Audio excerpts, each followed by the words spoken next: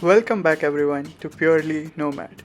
Hope you've been enjoying coming back out after the long winters. Well, I decided to get out a little sooner this year and do this crazy road trip in early March that I'm excited to bring to all of you. So, welcome to my journey from San Diego, California, going through some of the most majestic and vivid landscapes of the southwest US and finally ending in Dallas, Texas. I started the day in San Diego, and the rough plan for the day was to reach Vegas by the night. Since the distance wasn't too long, I decided to take the Rim of the World Highway and explore some of the California mountains on my way to Vegas.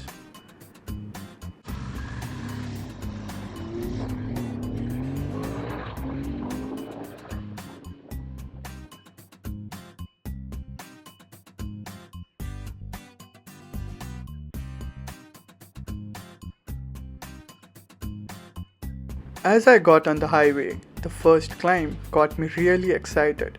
I had been longing to be in the mountains for a really long time, and being here with my bike, I was at my happiest.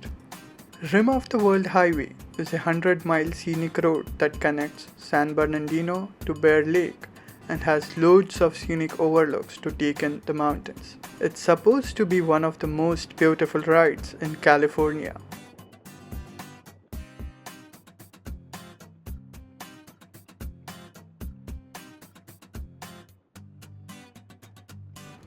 As I progressed, each curve made me more excited, although this happiness did not last for a long time.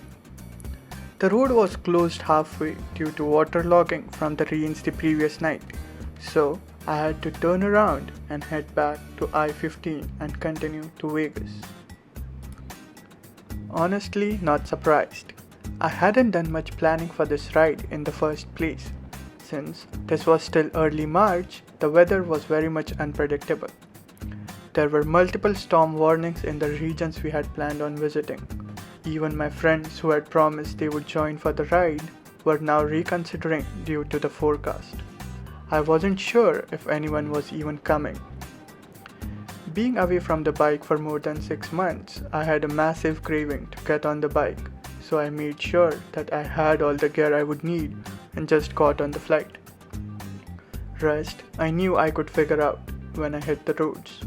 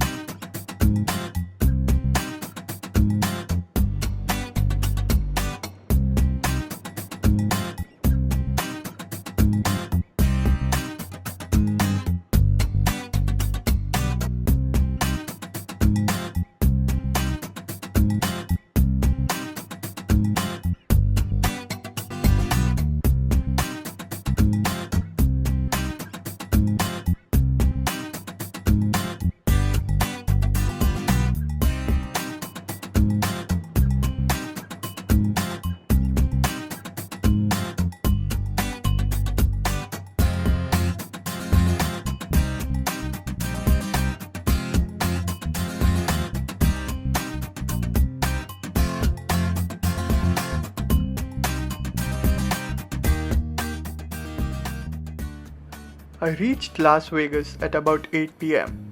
I had never been to Vegas, so I decided to quickly check out the strip and in the moment forgot to take off the ND filter from the camera and ruined most of the footage. This one from the Bellagio fountain is somewhat clear. I was never a fan of Vegas, and having been living in New York City, I wasn't very stunned by the lights either. So I headed straight to the hotel after and decided to get a good night's sleep and prepare myself for an early start the next day.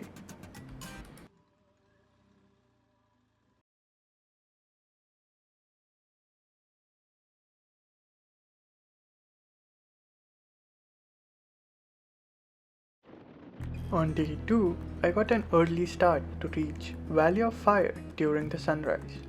This park is about a 45 minutes drive from Vegas, so I had planned accordingly.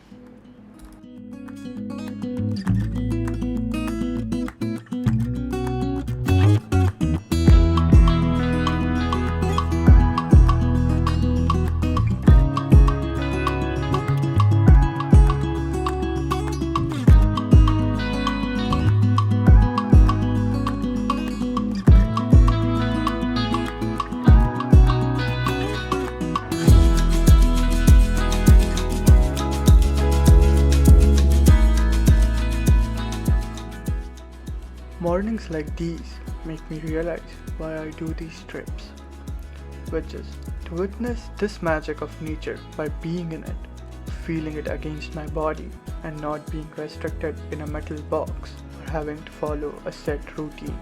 Just living in the moment and doing what I love doing the most.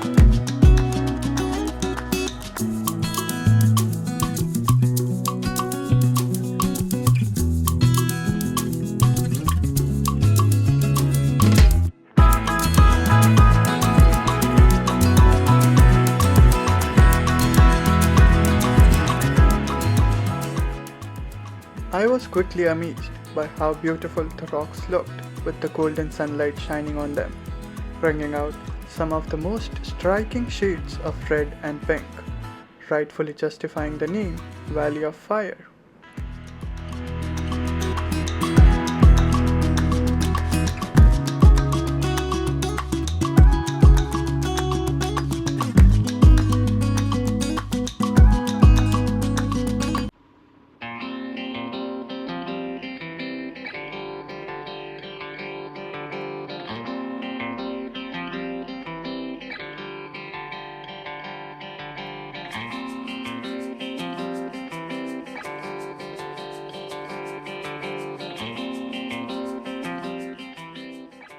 My first stop here was what is now called as the Instagram spot, where you can capture the iconic photo of the valley.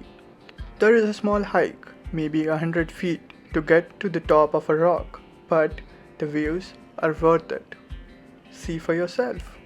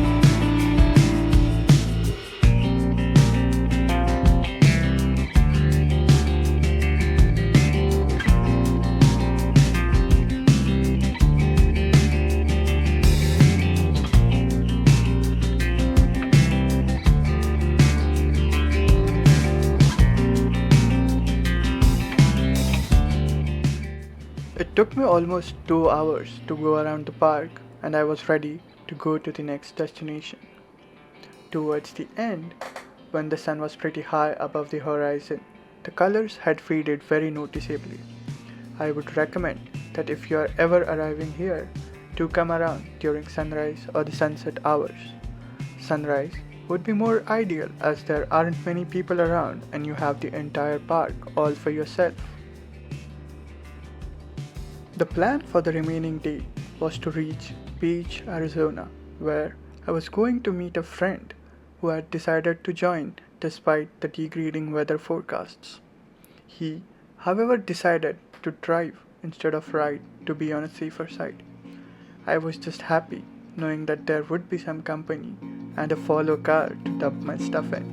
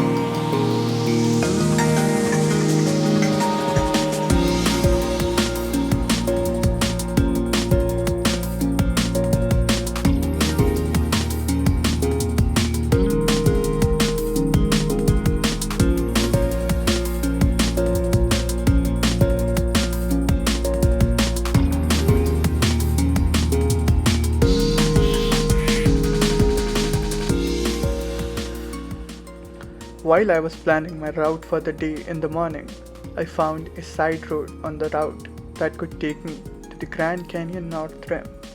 And as I had an entire day ahead of me, I had decided to take that road. As the story with all the side roads goes, it started out as a fantastic road with amazing scenery, but soon turned into gravel. No one's stopping for some gravel, I said to myself, and kept going.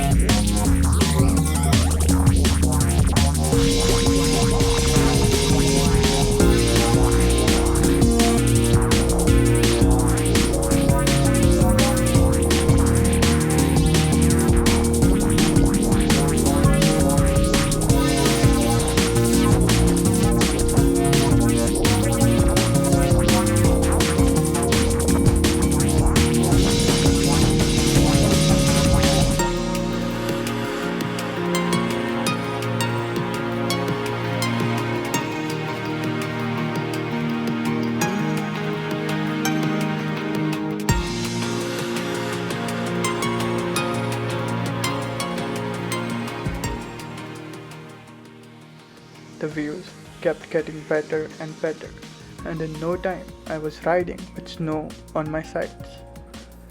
It felt very beautiful, and the adventure rider in me was getting very excited about it. Sadly, I had to turn around because the road was completely snowed in after a point.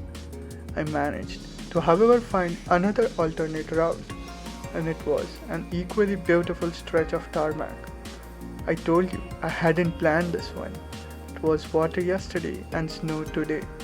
Stick around to find out what we come across during this entire trip in the next episode.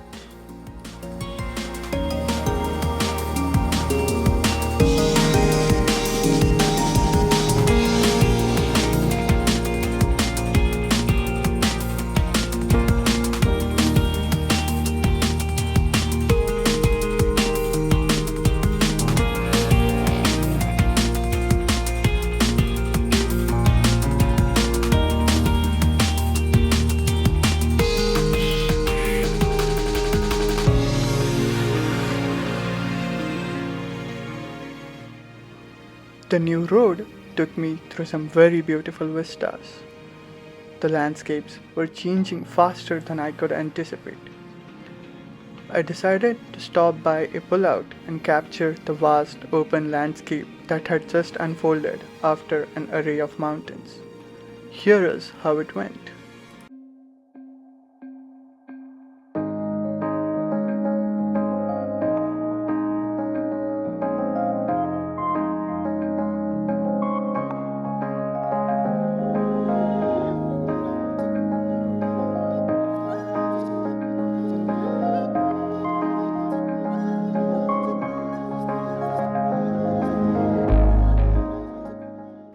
That was relatively short, and only because I forgot to log in into the DJI app before starting this trip. Without the login, it wouldn't let me fly the drone farther than 50 meters, and being in the middle of nowhere meant no network coverage to do it now, so I just continued. The roads here were unnervingly straight, and I took it as an opportunity to park my bike in the middle of the road for this amazing photo.